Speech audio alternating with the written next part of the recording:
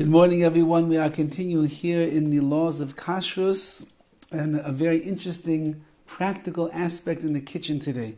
Chatzuvos hakirayim, which are the grates on the stovetop. Chatzuvos hakirayim shalem ma'amidim es asirim. These are the grates on the stovetop on which you put your pots and your pans. You do not have to make a distinction between fleische grates and milcha grates. Why not? You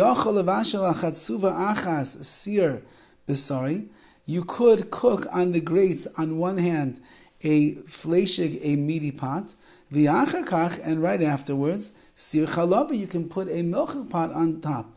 So you're cooking, or the opposite. You're making your omelet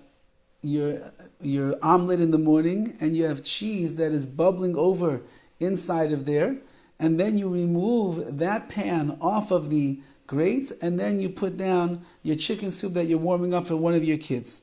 So you did milk, and then you did meat right afterwards. Because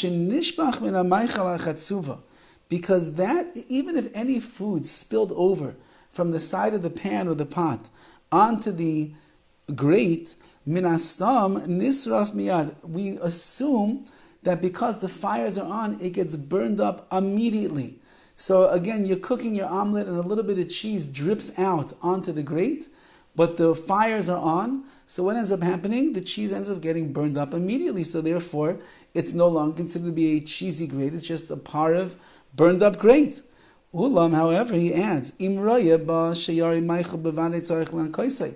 if you see remnants of the food on top of the grate, you could see pieces of the cheese, or you could see pieces of the chicken or parts of the soup that's still lying on there, or you had spaghetti and meatballs and there's a piece of spaghetti with some meat sauce that's lying across the grate. If you see it, then of course it's obvious, he says, you must clean it off before you're going to place the other type of pot or pan on top of there. Amnam, however, yesh machmirin, there are those that are strict in this area. There are those that are particular to have certain grates that they use only for meat, and certain grates that they use only for chalavi, for the dairy. That's a chumrah, that's above and beyond the letter of the law. Many people do not have the luxury of having so many extra grates in the house that they can designate one or two grates to chalavi, to milchigs, and therefore they are using all of the, let's say, 4 burners that they have for both milk and for meat, and says we're forced, in reality, mi'ikra adin, according to the letter of the law, there is really not much for a person to be concerned about.